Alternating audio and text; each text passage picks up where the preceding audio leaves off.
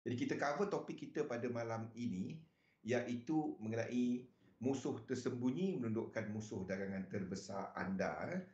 Dalam trading, the most important part of any businesses, anda tak dapat lihat trading ni macam orang bekerja. Ini adalah bisnes. Tapi ramai yang sebut tahu ini adalah satu perniagaan, bang. Trading tu macam mana? Macam perniagaan. Tapi dia tak macam berniaga. Dia macam bekerja. Hari ni kena enter. Hari ni kena apa. Bukan. Sebagai pemilik perniagaan ni, anda come up dulu dengan plan perniagaan anda. Bukannya plan entry saja. Plan entry tu buka pintu kedai. Anda come up with business plan anda dahulu. Anda come up with business plan anda dahulu. Bila kita bercakap mengenai business plan, di sinilah anda kena tengok the Jekyll and Hyde dalam diri anda. Kekuatan dan kelemahan diri anda kena tengok. Setiap kita ni ada ada ada ada ada kekuatan masing-masing, ada kelemahan masing-masing. Sebab itu anda tak dapat, saya tak dapat jadi anda tak dapat jadi saya. Tak dapat. Dia bukan pasal teknik tau. Teknik tu cuma teknik. Benda berulang yang... Sebab itu dah tengok, orang guna teknik sama, satu kumpulan, result dia tak sama. Perasan tak? Satu geng, satu grup, belajar teknik sama, result tak sama. Sebab apa? Masing-masing modal berlainan, pemahaman berlainan, masa berlainan, dan lain-lain. Semua kita ni tak sama. So, di sinilah anda boleh guna teknik sama, tetapi anda kena lihat dahulu kepada diri anda. Di mana di sinilah anda kena come up dengan buat inventory. Siapa diri anda ni? Anda berniaga ni macam mana? Apa business plan anda? Lihat diri anda. Kita dah cerita pasal penetapan kepercayaan semalam. Kawal benda tu dahulu. Tolonglah buat benda tu. Tolonglah buat yang ini. Tolonglah buat benda ni. I cannot stress how important benda ni. Yang keep saya sane, yang keep saya kekal dalam bidang ini adalah ini. Kalau nak tahu, saya dah sebut banyak kali. Yang keep saya dalam bidang ni adalah sebab saya buat benda ni. Kalau tak lama dah saya sebab saya lukis setiap trade ni tau. Bayangkan bagi mereka yang melukis benda ni, anda faham maksud saya. Bila anda lukis chart, anda akan nampak macam-macam. Betul tak? Roslan, Wimon, Galih, Rosdi, bila anda lukis chart ni, ini naik ni, ini turun ni, aku boleh nak masuk sini. Ada tak anda buat macam tu? Kalau tak ada, memang tak ada, tak update chart tu. Simple dia nak tahu. Kan? Kalau anda update chart ni, anda akan, ini naik ni, ada je. Hantu belakang ni kan. Hantu raya dia panggil. Masuk. Ni masuk ni. Kita cari, ni Marubozu ni. Betul tak? Kan? Itu yang paling susah kita nak tahan, tak nak masuk. Bila saya bayangkan, saya lukis semua chart dan saya nampak satu cerita dan tiba-tiba ada set up tengah saya lukis. Sebab itu saya wajibkan kepada diri saya untuk cuma guna limit order. Untuk cuma guna limit order, jangan masuk market order. Sebab bila anda guna limit order, anda boleh buat planning. Bila anda buat market execution, anda prone, terdedah kepada kesilapan dalam trading.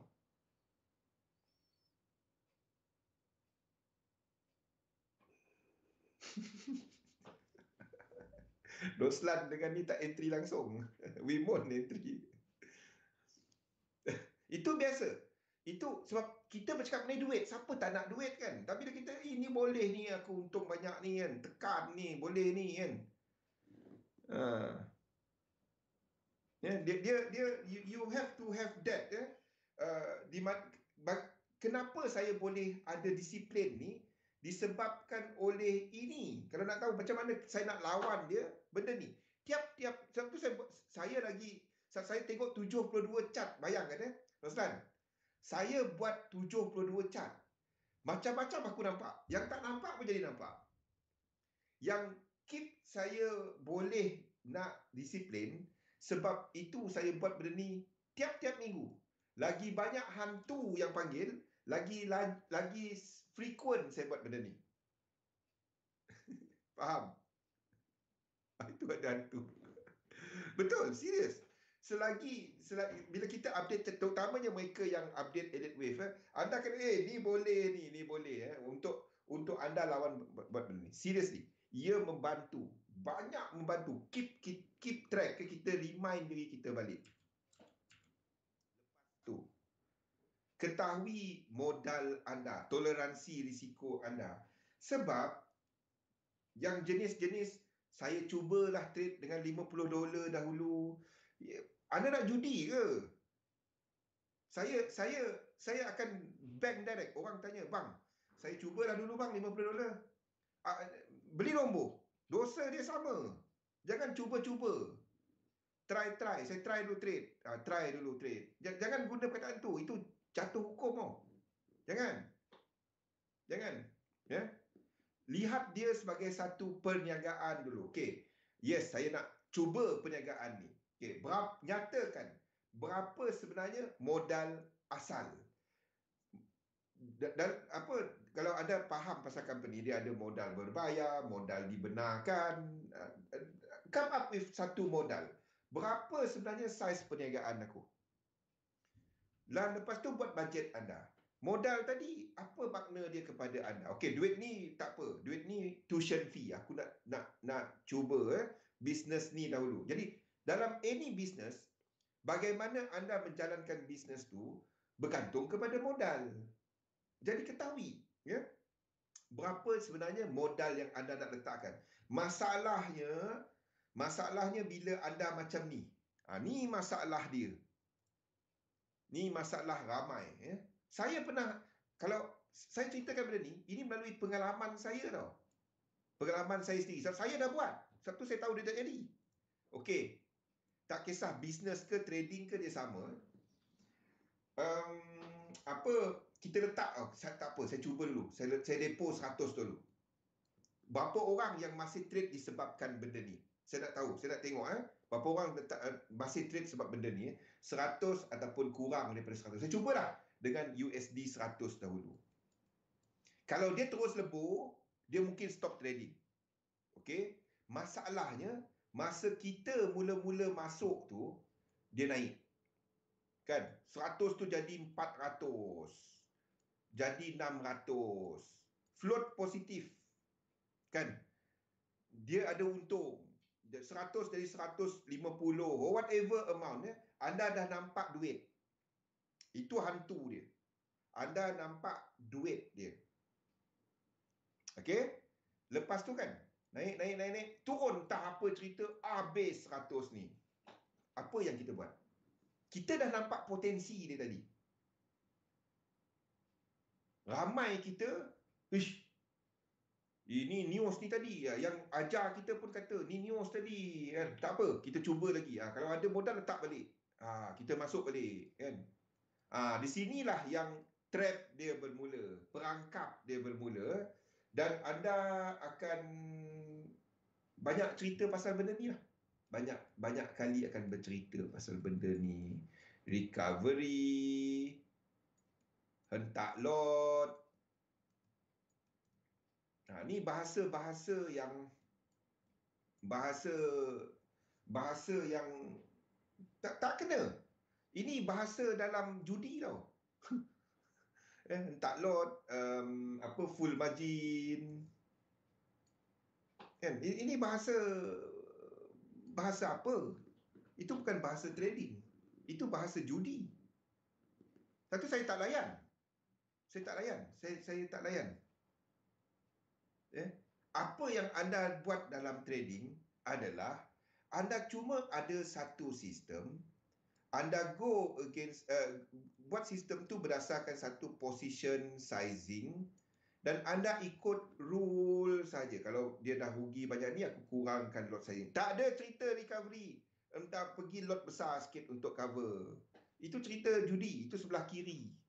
Sebelah kanan ni anda trade. Kalau macam ni, okey, prestasi dia. Kalau anda melabur, tempat pelaburan anda start jatuh, anda tak pergi tambah top up lagi banyak. Apa yang anda buat, anda akan kurangkan kan? Kita akan kurangkan risiko kita. Itu trading. Yang pergi hentak-hentak lot, recovery apa semua ni, itu bukan trading. Itu kalau kena lah kan, tak apa. Itu bahasa dia. Ada beza ke judi sikit dengan judi banyak? Tak ada beza. Buanglah perkataan yang pelik-pelik ni kan. Sebab dia, kita menjatuhkan hukum, tak kisah anda trade forex haram ke apa ke, saham ke. Kalau trading dia cara tu dah, cara tu, itu jatuh hukum kepada cara kaedah trading tadi. Sama je. Jangan. Ada benda yang memang salah, saya kata salah. Anda ceritalah macam mana pun. Tak dapat. Tapi bukan otai je. Ramai kita. Saya sendiri pernah buat ni kali. Saya tahu dia tak dapat. Jadi saya bagi tahu sekarang, jangan nanti ya, bila anda dah ada okey 1,000, jadi 10,000. Bukan saya kata tak mustahil, boleh. Memang ada. Anda menggunakan leverage yang bukan pinjaman. Ni ada kata leverage pinjaman. Apa pelik. Okey, jadi apa yang berlaku adalah anda dah keluarkan 10,000, anda keluarkan 9,000 kan. Ni lah masalah dia. 9,000 tu pergi mana? Dia pergi belanja entah apa-apa. Kalau bagus sikit anda bayar hutang, tak apa. Ni pergi belanja tiba-tiba kan. Kasut dia, kasut tak boleh, mana boleh beli dekat kedai Bata. Nampak kedai LV, satu kasut. Satu. Sebelah je kot. Adalah dalam 5,000 kan. Wallet dia. Wallet. Ni contoh. Ni contoh. Bukan nak menunjuk ni contoh. Contoh yang ni. Ni wallet. Ni LV.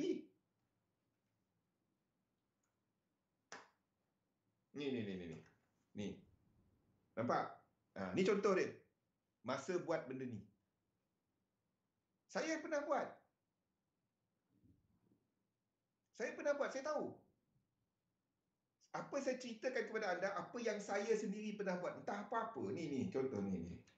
Ni kali. Ni. Tak bohong. Saya sendiri buat. Pernah buat. Ke mana pergi dia entah. Tak tahu. Benda macam tu. Ni adalah guna dia. Tapi, the thing is, apa yang selalu kita buat, belanja entah apa-apa, lepas tu yang 1,000 ni, kita kata duit untung. Okay? Kita yang modal asal tadi, yang untung tadi kita keluar, kita belanja entah apa-apa, lepas tu yang dalam ni tak apa. Itu duit market. Jangan. Okay? Itu duit market. Ini kita hentak lot besar. Kan? Kita dah untung mengatasi rugi. Galih orang cerita lain, dia cerita lain mesti. Hari Jumaat, kan? Maklumlah orang bujang. Orang lain malam Jumaat, malam tadi. Kan? Dia bujang. Kita fahamlah. Dia lawan apa malam tadi. Okey. Yang ini kita kata untung mengatasi rugi. Tak apa, duit ni pergi hentak. Apa jadi ramai pada kita? Akaun ni hancur, duit yang kita withdraw tadi dah habis, belanja entah apa-apa. Lepas tu kan, orang tanya, kau tak trade? Tak, aku dah untung dari tu. Apa yang dapat? Dia dapat wallet cantik. Dia dapat kereta yang dia kena bayar hutang setiap bulan. Dia dapat entah apa-apa yang menambah beban jadinya. Tambah hutang. Kalau anda memikirkan kenapa, ke mana duit anda plankan semua ni, okey. Masalahnya bila tak ada. Sebab sebagai leverage trader, kalau currency ni ramainya leverage trader, anda akan mengatakan basically anda akan mengambil posisi yang lebih besar daripada keupayaan equity sebenar anda. Anda akan menggunakan kaedah margin, margin account. Anda akan menggunakan kaedah itu, di mana risiko anda lebih besar. Di sinilah saya duk cerita mengenai perancangan.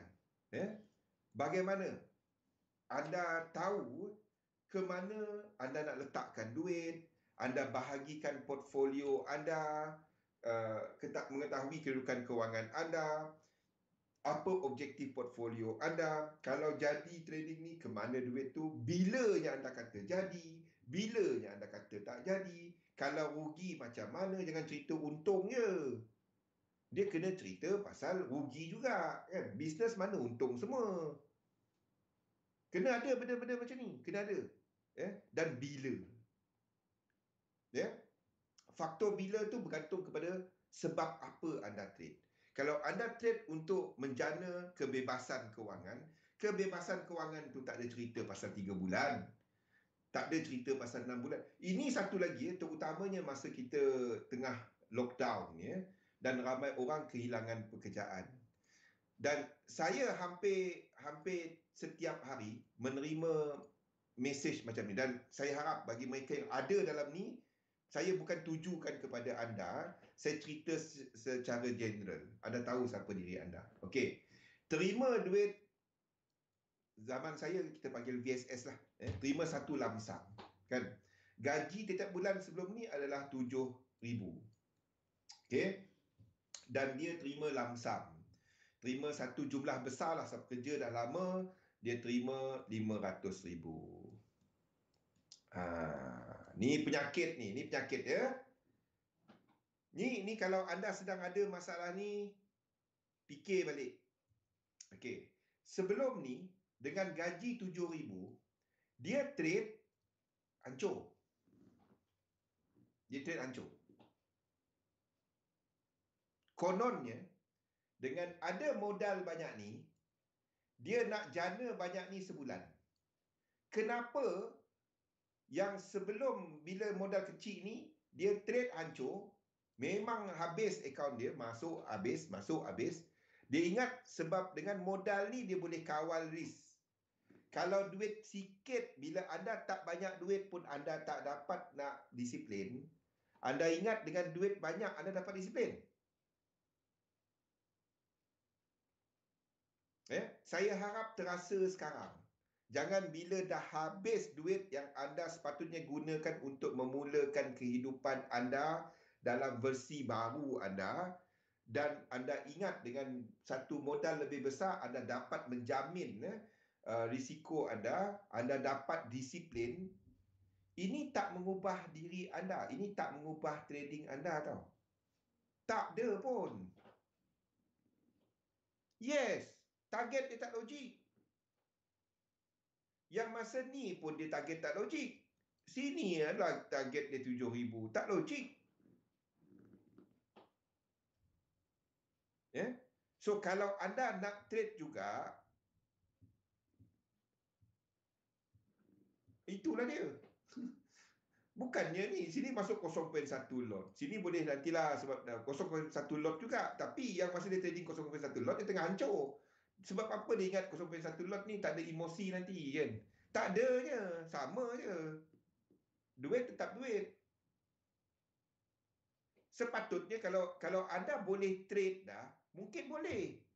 Tapi saya tak akan advise kan untuk semua ni masuk. Kalau anda dah boleh trade, anda confident dengan diri anda, dan masa banyak ni pun anda boleh trade, then anda boleh tengok jumlah ni, anda buat bajet anda untuk sekurang-kurangnya tempoh setahun.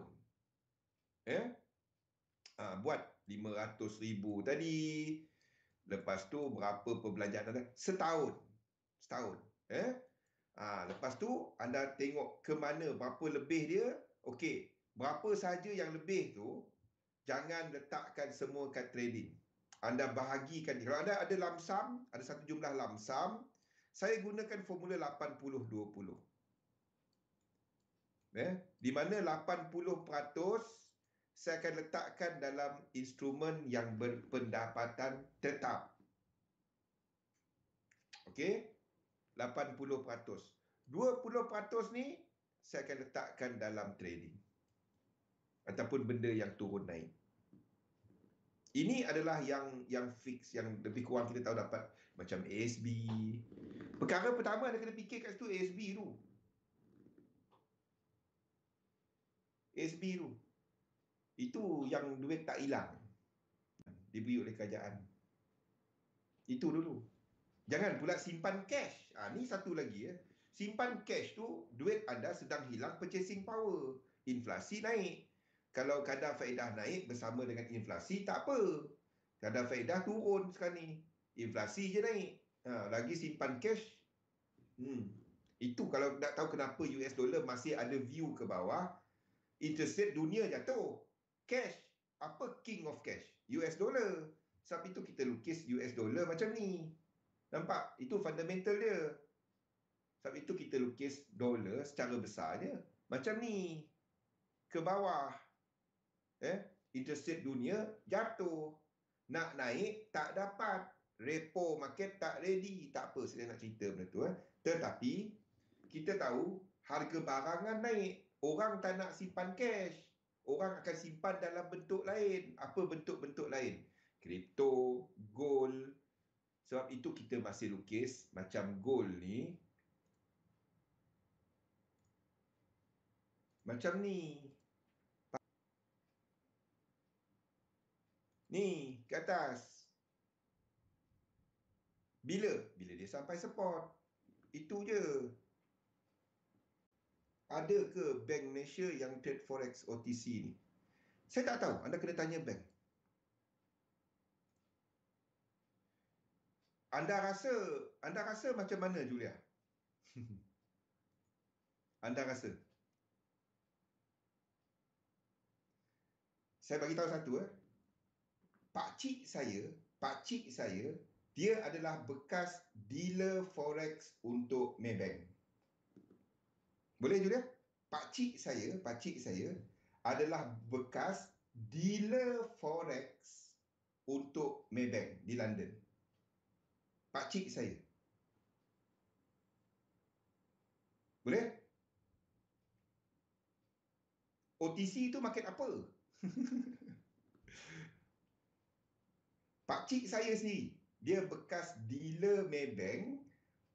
Dia bekas dealer untuk Maybank di London. Tahun berapa dia? Tahun berapa dia? Saya pun tak ingat tahun berapa. Dia lah yang banyak saya tanya pasal perjalanan current, pasal saham. Muka menjambu juga. Jambu muka dia. Dia some CEO untuk some company sekarang. Saya tak dapat nak sebut lah. Okay. Pakcik saya. Maksudnya dia orang mana lah dalam OTC. Mana? Dia tak ada. Boleh juga? Apa punya soalan punya kali? Okey. So balik kepada cerita ni tadi ya. Inilah benda, poin saya adalah benda ni. Apa juga yang anda buat perancangan. Jangan main ada duit aku try dulu kat forex ni. Try dulu kat saham. Tak kisah anda trade forex ke, trade saham ke. Saya portfolio saya mostly adalah saham. Saya trade currency, trade. Kalau saya trade setup, kalau nampak setup saya trade. Saya kalau ada setup saya trade, itu je. Tak kisah apa pun. Ada setup saya trade. Itu je. Apa juga buat listing. Jangan buat bajet bulan, buat bajet tahunan. Yang buat bajet bulan ni, anda akan nampak duit tak pernah cukup. Betul tak? Kalau saya tanya, Julia, Wimon, Khalid, Rosdi, kalau saya tanya, kalau biasa kalau buat bajet bulan, duit takkan pernah cukup. Betul tak? When work on satu jumlah yang lebih kecil, susah nak merancang. Tapi kalau anda lihat kepada tahunan, yes, duit takkan pernah cukup. Duit takkan pernah cukup. Kita panggil dia sebagai kepada gaya hidup anda. So, in anything pun, bila anda buat benda ni, anda boleh nampak ini. Anda boleh faham toleransi risiko yang anda boleh ambil. Jangan buat bajet bulan. Consolidate dia kepada tahunan. Tapi of course lah, buat bajet bulan. Bulan ni aku bayar apa. Tapi belanja kita tak sama setiap bulan. kereta birthday, faham kereta birthday kan? Insurans birthday, anak sekolah, hari raya, hari Christmas, gawai, apa-apalah. Dan belanja kita tak sama. Apa kena-mengena dengan trading. Lepas tu duit yang kita nak letak tu, kita kena tolak dulu benda-benda ni. Janganlah guna duit untuk susu anak. Itu trading terpaksa. Defisit. Allah. Jangan, bila anda buat bajet bulanan, anda akan dapati dia tak cukup. Good that you are starting to do it, Wimon. Tapi bajet bulan bagi orang bekerja. Anda nak buat bisnes, anda kena buat yang besar sikit. Kalau defisit, anda tengok benda ni. Kalau anda dapati anda sedang mengalami defisit dalam perbelanjaan, duit tak cukup je duit, buat benda ni. Anda pecahkan jenis perbelanjaan anda. Pecahkan dia. Ini adalah jenis perbelanjaan anda. Bukan, saya tak cerita pasal simpanan apa semua. Anda pecahkan jenis perbelanjaan anda. Ini adalah yang keperluan. Makan, minum dan lain-lain. Tempat tinggal. Even sewa rumah, anda boleh kurangkan dia. Kalau anda bayar rumah, anda dapati memang tak mampu. Ni masalah kita. Saya pernah ada masalah tahu. Di mana kita beli harta ke beli apa yang kita sebenarnya tak mampu. Dalam keadaan ekonomi pada waktu tu okey. Bila tak okey, ada masa you have to let go. Jangan jadikan dia sebagai kanser dalam poket kita. Fikirkan benda ni. Apa kena dengan trading? Semua. Sebab kalau kita terganggu minda kita, kita terganggu dengan bajet kita, anda sebenarnya tak cukup duit, tapi anda nak trade, tak dapat. Anda akan trade dalam keadaan terpaksa nak profit. Tak dapat. Itu yang recovery semua tu tadi. Ramai yang tertarik dengan forex, currency market, sebab dia depo serendah $5. Itu yang jadi tarikan. Anda nak buat apa dengan $5? Anda nak buat apa? Itu soalan dia. Anda tak trade itu untuk anda test. Tapi kalau anda cerita pasal trading, bukan saya kata tak ada duit jangan trade. Saya kata jangan langsung trade kalau tak ada duit. Faham? Saya dah ada ke? Kalau anda memang tak ada duit dan cuba cari duit dengan trading, sedangkan duit yang anda simpan untuk trading tadi perlu untuk benda lain, utamakan benda. Jangan trade. Jangan. Orang lain akan sebut lain. Saya sebut benda nyata, benda realiti. Anda tak mampu untuk hilang duit tu. The moment anda kata trade, anda sedang mengambil risiko. Jadi kalau buat benda mengarut, trading ni the first thing risiko dulu, bukannya tengok untung dulu. Jadi benda-benda ni lah. Jadi pecahkan perbelanjaan anda kepada yang keperluan. Ini adalah makan, minum, sewa, bayar apa kan. Ada yang bulanan, ada yang seasonal. Ni benda-benda dia. Listkan untuk setahun, Wimon. Listkan untuk setahun. Lepas tu benda yang ni hutang. Ni adalah hutang. Contohnya hutang bagus dengan hutang tak bagus. Dia ada hutang bagus dengan hutang tak bagus tau. Saya tak dapat nak terlalu dalam sebab itu jadi nasihat. Tapi what you do is anda cuba kurangkan hutang yang tak bagus tu, credit card, apa-apalah yang tak bagus. Anda sendiri faham. Kurangkan dia. Jadi bila anda dah tahu kedudukan kewangan anda, dan barulah anda tahu berapa sebenarnya duit simpanan yang perlu, berapa sebenarnya yang anda boleh untuk invest, berapa sebenarnya ada. Kalau anda nak start trading, anda tak tahu berapa modal dan makna modal tu, selagi itulah kita buat benda mengarut. Faham? Selagi tu, kita takkan keluar. So, kita tak tahu. Dan dalam apa juga perniagaan, benda pertama kita tanya orang ajak berniaga, berapa modal? Berapa boleh untung? 2 soalan. Kalau rugi macam mana? 3. Soalan asas. Tapi bila ajak trade, apa-apa depo? Mana nak depo? Terus mana nak depo? Kita tahu dia murah, $5. Start dulu $15. $100 kan. Macam tak ada Itu bukan trading. Itu bukan trading. datang dengan ni. Jadi tahu masa anda berapa sebenarnya masa anda nak peruntukkan untuk trading yang sesuai kepada anda. Tapi kalau anda dapati trading mengganggu gaya hidup anda sekarang, cara anda berubah. Dulu kat office tak ada duk tenung dulu kat office dia buat kerja buka Excel kan, sekejap je kan. Sekarang dah trading forex, waktu makan tengah hari pun tak keluar. Nak apa pun tak boleh. Mesyuarat pun orang lain mesyuarat kan, tengok projektor. Wah, depan. Muka dia bercahaya. Trader lah tu. Kenapa? Trader. Dia tengok chart. Bilik gelap. 5 minit lagi. Jadi tentukan ya kaedah gaya cara anda. Yes, Wimon. Saya tak cover cuma untuk trading. Wimon dah mula nampak kan, Wimon? Saya tak cuma cover untuk trading. Di mana apa yang saya cover untuk anda adalah benda ni, tapi saya tak dapat direct ya. Apa instrumen-instrumen yang kita cover dan market dynamic dekat mana kepada time frame. Anda tak dapat kalau cerita melabur, ada tengok ini dekat H1. Tak. Boleh, Wimon? Anda akan tengok fractal seperti cycle. Cycle tu benda apa? Yang ini, yang anda nampak benda ni. 1, 2. Boleh, Wimon? Nampak? Boleh? Tak tahu lagi saya tak dapat lagi clear saya bagi tengok ke chart ni. Faham? Boleh? Tak ada cara lagi clear tu. Boleh? Kan? Ada cara lagi clear tak? Boleh?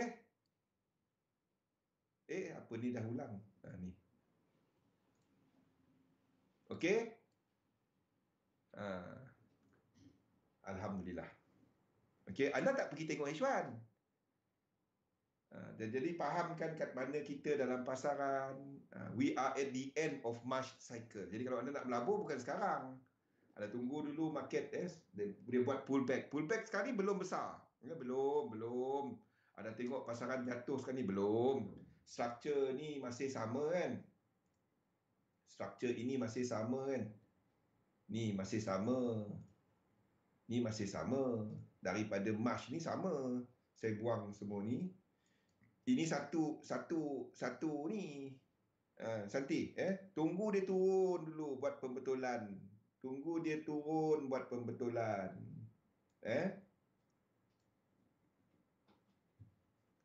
Bitcoin. Bitcoin dia buat high tak? Bitcoin.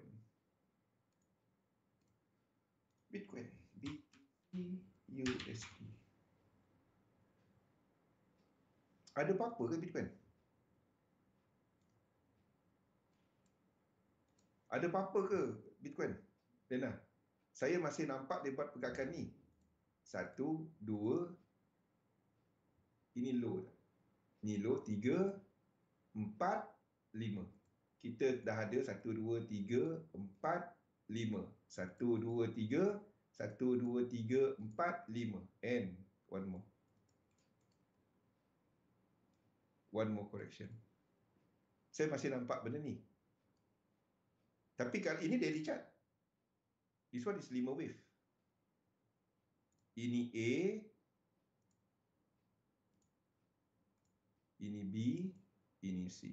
Dalam fractal ini.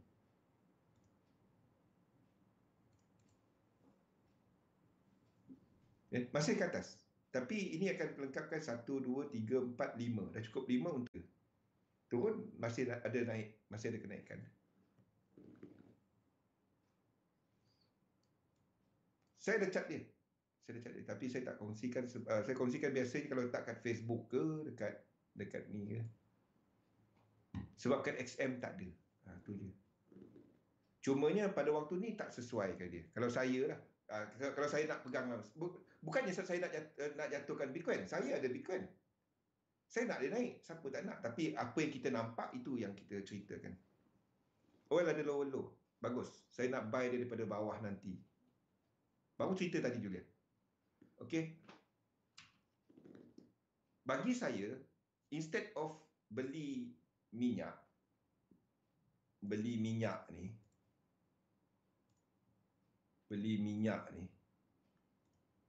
instead of beli minyak, cat ni ada, tahu kan, boleh dapat kan, pergi dekat saya punya Discord, pergi kat Facebook saya, ada dekat about tu, ada link untuk Discord, anda boleh dapat cat-cat ni semua.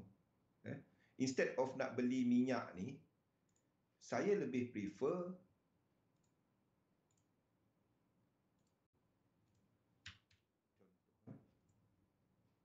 ni Oktober. Saya lebih prefer untuk beli contohnya macam ni. Boleh? Faham? Saya lebih prefer untuk beli ni. Ini adalah satu structure. Ini daripada bawah ni, sini satu structure. Sini kita dah ada 1, 2, 3, 4, 5. Kita tengah buat 1, 2, 3. Faham? Bila minyak ni nak naik adalah sama dengan bila ini naik. Boleh tak Julia?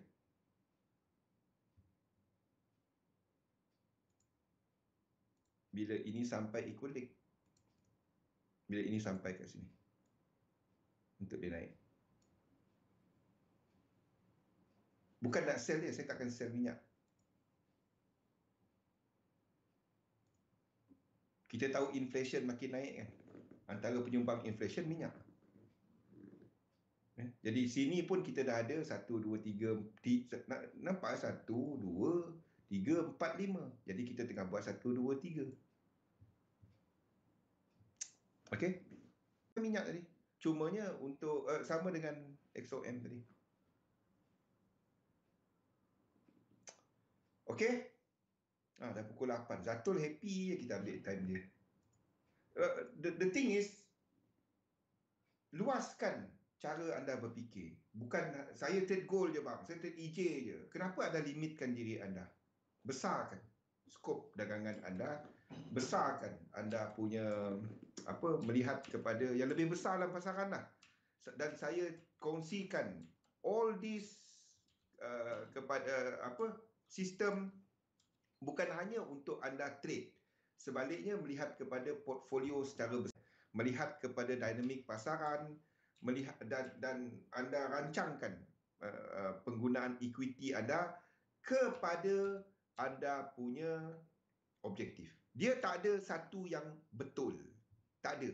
Tapi saya sediakan benda ni untuk anda daftar Discord, kat Discord yang Galih kongsi tu kan. Ambil nota-nota ni semua ada kat situ. Untuk anda sesuaikan kepada anda. Tak ada orang boleh bagi tahu, oh, kau trade $10 je. Sebab mungkin anda ada 100,000. Ataupun orang yang ada 100,000, dia sayang dengan $10 sebab duit tu disimpan semua hidup. Ataupun kalau orang tu tiba-tiba jalan-jalan jumpa 100,000, $10 tu dia tak peduli. Kita tak sama. Jadi saya sediakan benda ni untuk anda kaji dia dan sesuaikan kepada anda. Ini berdasarkan saya. Jadi anda kena cari siapa diri anda. Itu adalah apa yang dia tak ada benda betul dalam trading, tapi dia ada benda yang sesuai. Cari siapa diri anda. Okey? InsyaAllah kita jumpa lagi pada sesi minggu depan. Labur dalam satu sistem, dagangkan sistem anda. Kita tak ada Cik Wani kita, Siti Wani kita tak ada. Nanti Zatul ceritalah. Terus tak ada jumpa Zatul. Bestnya jalan-jalan terjun. Kalau InsyaAllah jumpa lagi pada minggu depan. Ikut sesi-sesi kita ni. Terima kasih semua. Assalamualaikum warahmatullahi wabarakatuh. Selamat berhujung minggu. Terima kasih semua.